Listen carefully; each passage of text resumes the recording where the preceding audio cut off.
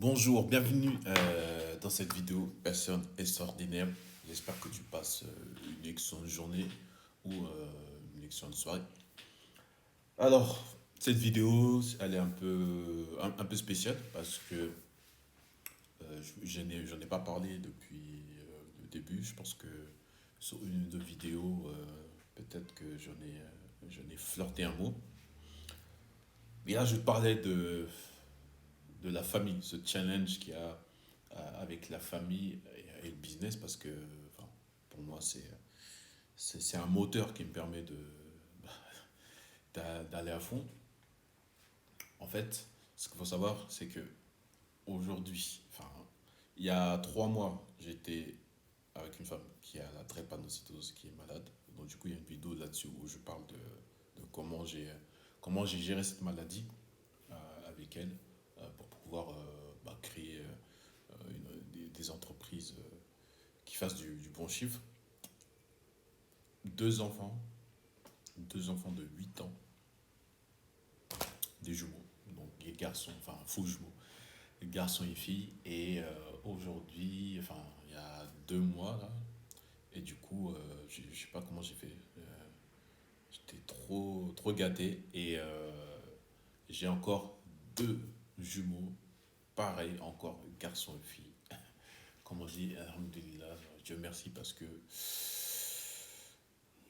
il y en a qui galèrent à avoir des enfants, qu'ils en veulent, hein, qui galèrent, alors que moi, c'est tout le contraire.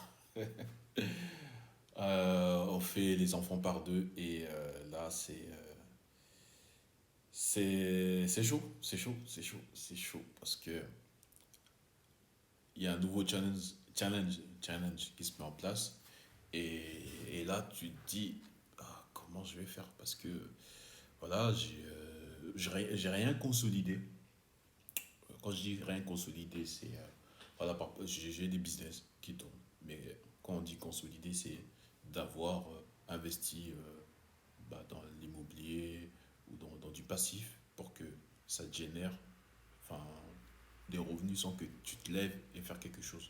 Donc, je suis très fragile de ce côté-là. Ok, monter des business, tu sais faire tout ça, mais pour l'instant, je suis en route pour atteindre cet objectif-là de consolider et d'avoir cette liberté financière. Parce qu'il y a une différence entre liberté et indépendance. L'indépendance, je l'ai eu parce que voilà, je ne suis pas obligé d'aller travailler pour un patron ou quoi pour générer de l'argent. Mais cette liberté, c'est là qui est un peu plus difficile et qui demande pas mal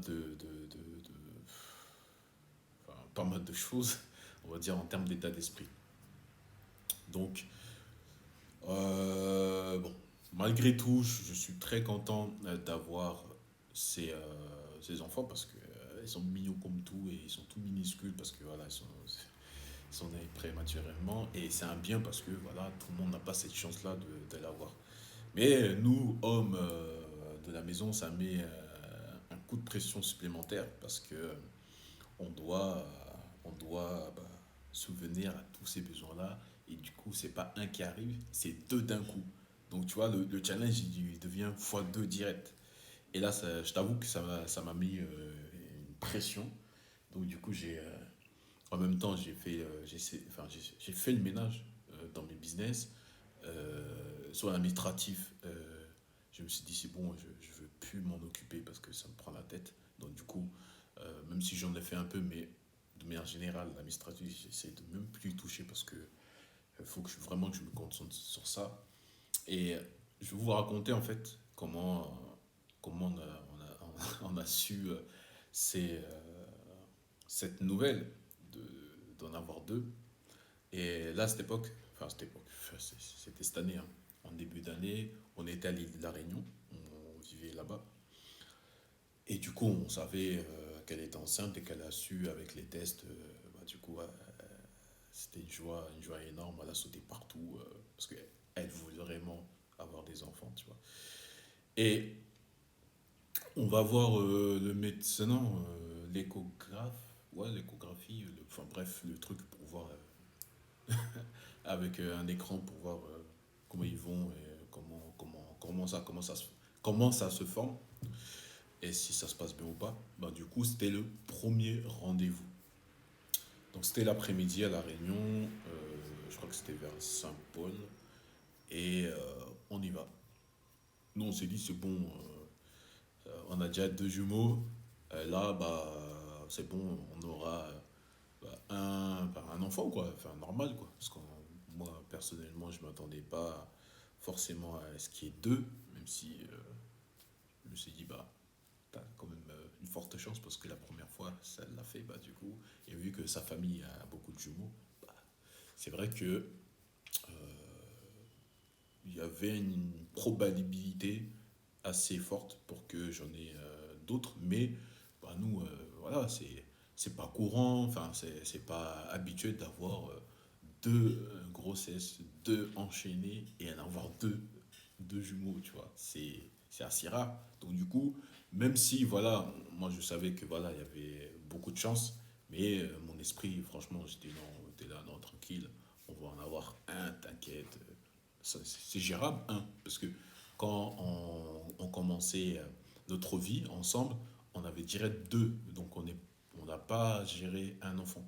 C'est direct deux jeunes couples, t'arrives, boum, t'as deux, et là, bon, vu qu'on savait faire deux, on s'est dit un, finger in the nose, ça va être simple parce on a fait le plus dur, parce qu'on en a généré deux dès le début. Donc on va voir le médecin, c'est un médecin, ouais, c'est un médecin. Enfin, un médecin ou un échographe, je sais plus. Bref, je connais pas les noms enfin, de tous ces postes là qui sont à l'hôpital. Et du coup, ouais, voilà, madame se pose, il commence à mettre sa machine là sur son ventre. Et il regarde. Moi, enfin, je suis pas médecin, donc je sais pas lire hein, un truc, tu vois.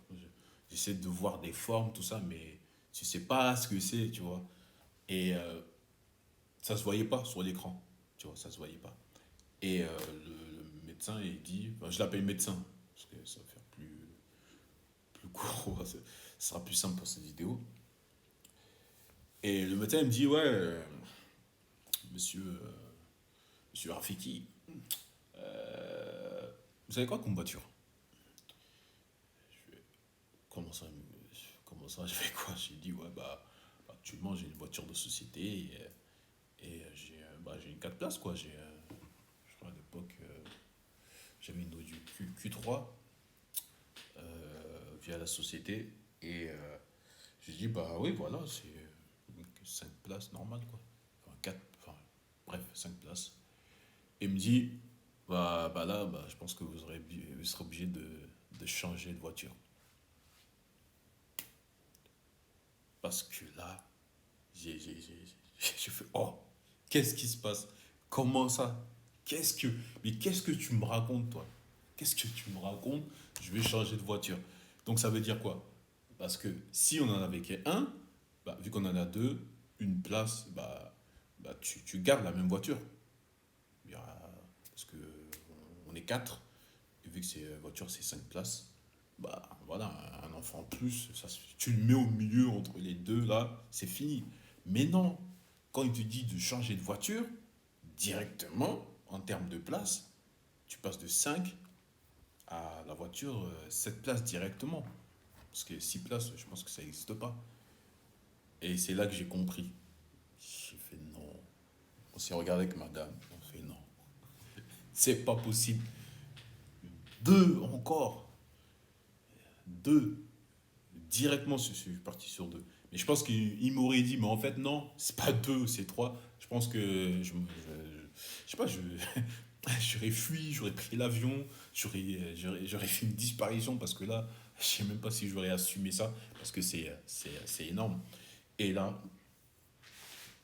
dans ma tête, tout en train de cogiter, ouais, comment tu vas faire, nan, nan, c'est génial et tout, t'en as encore deux, mais après là, t'es en train de monter des business, t'es en train d'évoluer, t'as rien encore consolidé, et t'as boum, et genre, nous on est hommes, hein, voilà, les charges, tu dis, ah, ça va augmenter les charges, ouais, comment.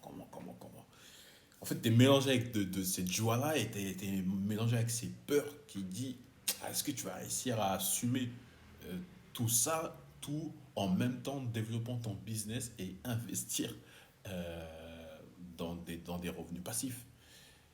Et là, ouais, là, franchement, j'ai passé, on va dire, un mois en mode réflexion, réflexion. Tiens, ma famille, vous imaginez, hein, je vais passer de 4 à 6, 4 à 6. Ah ouais, chef, non, non, du grand. C'est énorme. Et deux jumeaux, franchement, je sais pas, c'est une bénédiction. Donc, tu vois qu'aujourd'hui, quand je t'explique, il y a un lien sur la vidéo où je t'explique comment j'ai fait centre de formation, mettre en place un centre de formation en un an, faire de 0 à 500 000 euros de chiffre d'affaires en un an. Effectivement, c'était avec 4 personnes, moi, ma femme qui est malade. Donc, en termes de gestion, ça peut être 2 personnes que tu gères hein, en équivalent de travail. Mes enfants, c'est des enfants, donc ça demande aussi beaucoup d'attention. Donc, c'est comme si on était 5, parce que avec la maladie et le jeune âge des enfants, c'est comme si tu avais l'impression de gérer 5 personnes déjà. Donc rien qu'avec ça, c'était un challenge de fou. Et, et c'est ça qui m'a permis aussi d'aller vite et d'essayer de ne pas perdre du temps. Mais là, franchement, j'étais pas prêt. Là, je suis pas prêt. Donc du coup, là, vous allez me suivre. Comment je vais mettre en place un business. Moi, mon objectif, c'est que je tape le million, tout simplement. Je tape le million en marge. Franchement, l'idéal, c'est ça. C'est en une année, j'ai tapé 1 million de marge. Donc, ce qui veut dire 1 million de marge, ça veut dire peut-être 3 000 à 4 000 euros de chiffre d'affaires. Voilà, si tu fais des partenariats, tu as des dépenses, tout ça. Mais ça, c'est mon objectif. Je ne sais pas si je vais le mettre sur 2023 ou 2024, mais je pense qu'en 2024, faire 1 million de marge, je parle de marge, ça, c'est mon objectif. Et du coup, comment le faire alors que tu as une femme malade, la drépanocytose qui fait des crises souvent. Tu as 2 enfants de 8 ans, parce que là, ils vont commencer à grandir, là, et du coup, ils vont commencer à faire des nœuds dans la tête. Je vois la fille, là, elle commençait à m'embrouiller dans la tête, tu vois. Le garçon, bon, bref, le garçon, lui, ça va, parce que c'est un garçon, hein. Et il est moins mature, il est un peu bête comme nous, tu vois, quand on était petit. Donc lui, ça va. Mais la fille, elle met trop des nœuds dans la tête, tu vois. Elle est trop, un peu, voilà, comme papa, et elle essaie de rentrer dans ma tête, elle essaie de, tu vois. C'est un peu vicieux, les filles, tu vois. Et là, t'as 2 nouveaux-nés encore, qui sont petits, waouh, comment je vais faire? Et ben, vous savez quoi? Malgré tout ça, tu vois, je vais le faire parce que je suis obligé. Enfin, je suis obligé. Je suis père de famille, j'ai des responsabilités et je suis obligé de le faire. Et c'est toutes ces contraintes-là, tu sais, c'est facile, hein. Euh, je peux me dire, oui, à cause des nouveaux-nés, à cause de ça, je peux pas faire de vidéos, j'ai pas le temps de faire ci. Ils m'empêchent de dormir la nuit. Mais, ils empêchent beaucoup madame de dormir la nuit, les nouveaux. Je peux pas parce que, voilà, tu vois, trouver des excuses. Et pourtant, c'est des bonnes excuses. Et c'est des vraies excuses. Et c'est des excuses tout à fait légitimes. Mais comment tu vas prendre. Mais comment tu vas réagir face à ces événements que tu as? Soit tu vas le prendre en mode c'est ça qui m'empêche d'atteindre cet objectif-là. Ou c'est grâce à ça que je vais atteindre cet objectif. Tu vois. Et c'est là où ressaisissant, je fais descendre la pression du challenge. Je dis, est-ce que je vais réussir? Mais non, je vais réussir et je serai obligé de réussir parce que avoir ces grandes familles, et encore, hein, j'ai mes frères, j'ai ma mère, j'ai mes parents qui comptent sur moi. Enfin, il y a beaucoup de personnes qui comptent sur moi. Et moi-même, je compte sur moi. pour me réveiller et d'aller au charbon. Non, je peux pas prendre cet événement-là. Je peux pas prendre cette situation-là.